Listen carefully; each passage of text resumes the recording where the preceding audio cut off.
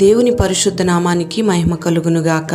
అనుదిన దైవ కృపా కార్యక్రమం ద్వారా ఈ దినం దేవుని మాటలు వింటున్న దేవుని ప్రియులైన మీ అందరికీ ప్రత్యేకమైన శుభాలు తెలియపరుస్తున్నాం. ఈ మాటలు వింటున్న మిమ్మల్ని నిశ్చయంగా నా దేవుడు దీవించి ఆశీర్వదించునుగాక. యెషయా గ్రంథము 38వ అధ్యాయం 17వ వాక్యాన్ని చదువుకుందాం. నీ ప్రేమ చేత నా ప్రాణమును నాశనమను గోతి నుండి విడిపించితివి అని ఈ వాక్య భాగంలో రాయబడి ఉంది.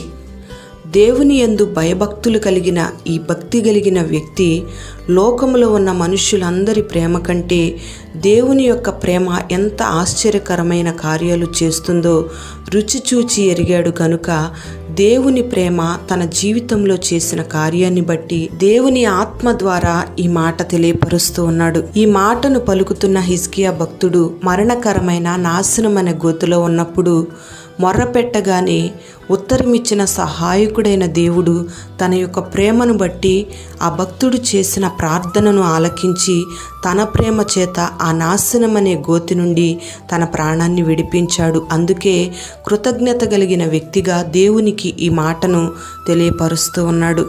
ఈ హిజ్కియా భక్తుడు దేవుని యొక్క ప్రేమ ఎంత ఆశ్చర్య కార్యాలు, ఎంత సాహస కార్యాలు, ఎంత గొప్ప కార్యాలు చేస్తుందో రుచి చూచి ఎరిగాడు. అందుకే ఈ మాటను తెలియపరుస్తూ ఉన్నాడు. దేవుని యొక్క ప్రేమ ఎంత గొప్పదో రుచి చూచి ఎరిగిన వారే ఈ మాటను మాట్లాడగలుగుతారు. మరి ఈ దినాలలో మనము కూడా ఆ భక్తుడు దేవుని యొక్క ప్రేమను, దేవుని యొక్క ప్రేమలో ఉన్న గొప్పదనాన్ని తెలుసుకున్నట్లుగా మనము కూడా తెలుసుకోగలిగితే మన జీవితాలలో కూడా ఎంతో ఆశీర్వాదకరమైన, అద్భుతమైన, ఆశ్చర్యకరమైన గొప్ప కార్యాలను అనుభవిస్తాం. ఎఫెసీ పత్రికలో మనం గమనించినట్లయితే అపోస్తులు దేవుని యొక్క ప్రేమను మనం తెలుసుకోవాలి అని మనకు బోధిస్తూ ఉన్నారు. ప్రియ దేవుని బిడ్డలారా, దేవుడు ప్రేమాస్వరూపి. ఆయన ఈ లోకాన్ని ఎంతో ప్రేమించాడు. ఈ నాశనకరమైన గుంట అనుభవంలో నడుస్తూ ఉన్నప్పుడు ఆ అనుభవంలో నశించిపోచున్న ఆ వ్యక్తిని దేవుని ప్రేమ మాత్రమే దర్శించి అతన్ని పైకి లేవనెత్తగలుగుతుంది. ప్రభు యొక్క ప్రేమ ఎలాంటి గోతిలోకి దిగిపోయినా మనల్ని విడిపించగలదు. ఈ నాశనకరమైన గొయ్యి, ఈ నాశనకరమైన గుంట అనేది ఒక ఊబి లాంటిది. ఒక మనుష్యుడు ఆ ఊబిలో పడిపోయినప్పుడు అతడు పైకి రావాలని ప్రయత్నం చేస్తాడు, కానీ దానిలో నుండి పైకి రాలేడు. అతడు ఎంత ప్రయత్నం చేసినా ఇంకా ఊబిలోకి దిగిపోతూ కొంత సమయం తర్వాత ప్రాణాన్ని పోగొట్టుకుంటాడు. మరి ఇంతటి భయంకరమైన ఊబిలో కూరుకుపోయిన వ్యక్తిని దేవుని ప్రేమ మాత్రమే కాపాడగలుగుతుంది. Praise the Lord. ప్రియ దేవుని బిడ్డలారా, ఈ దినాలలో అనేక మంది మనుషులు అనేకమైన నాశనకరమైన గుంట అనుభవాల్లో ప్రయాణం చేస్తూ ఉన్నారు. వాళ్ళ జీవితాలను పాడు చేసుకుంటూ ఉంటున్నారు, నశించిపోతూ ఉన్నారు. అంటే వాళ్ళ ప్రాణాన్ని నరకానికి తీసుకొని వెళ్ళిపోతూ ఉన్నారు. ప్రియ దేవుని బిడ్డలారా, ఈ చివరి దినాల్లోనైనా దేవుని యొక్క ప్రేమను ప్రతి ఒక్కరూ తెలుసుకున్నట్లయితే ఆయన ప్రేమ చేత నాశనకరమైన గుంట అనే అనుభవంలో నుండి ప్రతి ఒక్కరూ విడిపించబడతారు. దేవుని యొక్క రాజ్యానికి సమీపస్తులుగా మార్చబడతారు. ఆ నాశనకరమైన గోతిలోంచి ప్రతి ఒక్కరూ విడిపించబడాలి అంటే దేవుని ప్రేమ మనకెంతైనా అవసరం. ఆయన సహాయం మనకెంతైనా అవసరం. కీర్తనాకారుడైన దావీదంటాడు, నాశనకరమైన గుంటలో నుండి, జిగటగల దొంగ ఊబిలో నుండి ఆయన నన్ను పైకెత్తును అని.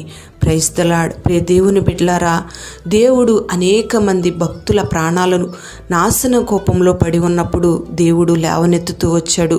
వారి జీవితాలను మరలా కట్టి ఉన్నతమైన స్థితిలో నిలబెట్టాడు. ఈ దినాలలో అనేక మంది కుటుంబాలలో రక్షణ పొందకుండా నాశనకరమైన ఊబి వంటి గుంటల్లో పడి నశించిపోతూ ఉన్నారు. ప్రియ దేవుని బిడ్డలారా, ఈ దినాన అనేక మంది తాగుడు, జోదము, వ్యసనాలు, చెడు స్నేహాలు, వ్యభిచారము, అక్రమ సంబంధాలు, భయంకరమైన విచ్చలవిడి కార్యక్రమాలు అనే నాశనమనే గోతిలో పడిపోయి నశించిపోతూ ఉన్నారు. ఈ రీతిగా అనేక కుటుంబాలు దేవుని యొక్క రక్షణకు, దేవుని యొక్క ప్రేమకు దూరమైపోతూ ఉన్నారు. ప్రియ దేవుని బిడ్డలారా, ఈ మాటలు వింటూ ఉన్న నీ జీవితంలో కానీ, నీ కుటుంబంలో కానీ ఎవరైనా నాశనమనే ఈ గోతిలో ఉన్నట్లయితే వారిని ప్రభువు రక్షించడానికి ఆశపడుతూ ఉన్నాడు. క్రీస్తు యొక్క ప్రేమ ప్రతి ఒక్కరిని రక్షించడానికి ఎదురు చూస్తూ ఉంది. దేవుని యొక్క ప్రేమ చేత నిన్ను నీ కుటుంబాన్ని సంధించి అటువంటి నాశనకరమైన గుంటలో నుండి పైకొచ్చేటట్లుగా దేవుడు తన ప్రేమను చూపించబోతూ ఉన్నాడు. మరి ఆయన యొక్క ప్రేమ దగ్గరికి నువ్వు రాగలిగితే దేవుడు అట్టి కార్యాన్ని చేయబోతూ ఉన్నాడు.